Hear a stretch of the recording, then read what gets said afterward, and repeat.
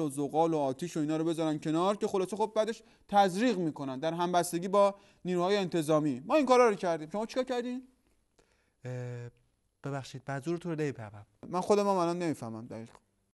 در زمینه خانواده که کار اصلیتون هست شما چیکار کردید؟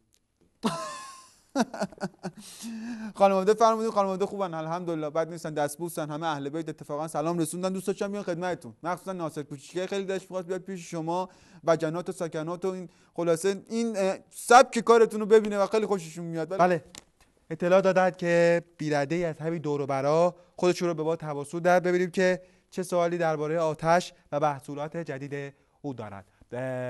الو الو الو الو شما نگید الو الو میگم شما نگید الو.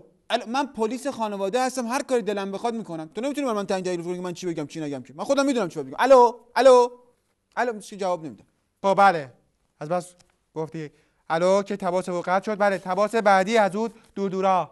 الو ببخشید من یه بچه 6 ماهه دارم که عرق سوز شده، میخواستم ببینم که پلیس خانواده چه درمانی برای اون در نظر گرفتن و اینا. بله خیلی متشکرم. الو بله خیلی سوال خیلی خوبی بود برای بینندگان عزیز و مخصوصا برای خود شما هم خوبه. به محض رویت همچین صحنه‌ای سریع بچه رو دستگیر میکنید، یه گاز اشک‌آور میندازید تو قنداقشون و بعد سریع زنگ میزنید به سعیده. من خودم به شخصه میام خدمتتون و اونجا من میدونم اون بچه. بله خیلی متشکرم. میخواستم ببینم که به عنوان آخرین سوال برخورد پدر مادرها با بچه‌هایی که دنبال حریق و چهارشنبه سوری خانواده‌سوز هستند چجوری باید باشه؟ برخورد باید کاملا قاطعانه و به تندی برخورد بشه. یعنی کاملا قاطعانه باید با بچه چیکار کرد؟ برخورد کرد. مثلا الان شما فرض کن که بچه منی، خدا نکنه به محض اینکه شب اومد خونه مشاهده میکنی که یا متوجه میشی که بوی دود میده. این یعنی چی؟ تو ترافیک بودم.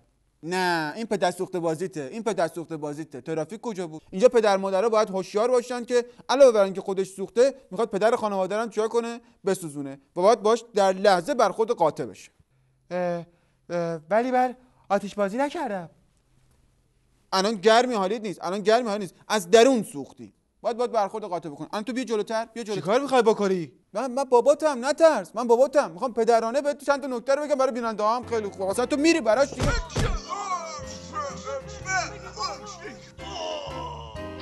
بله من دیگه عرضی ندارم چون خیلی پدرانه حریق رو اطفاء کردم و ولی من بوی دود نمیدادم.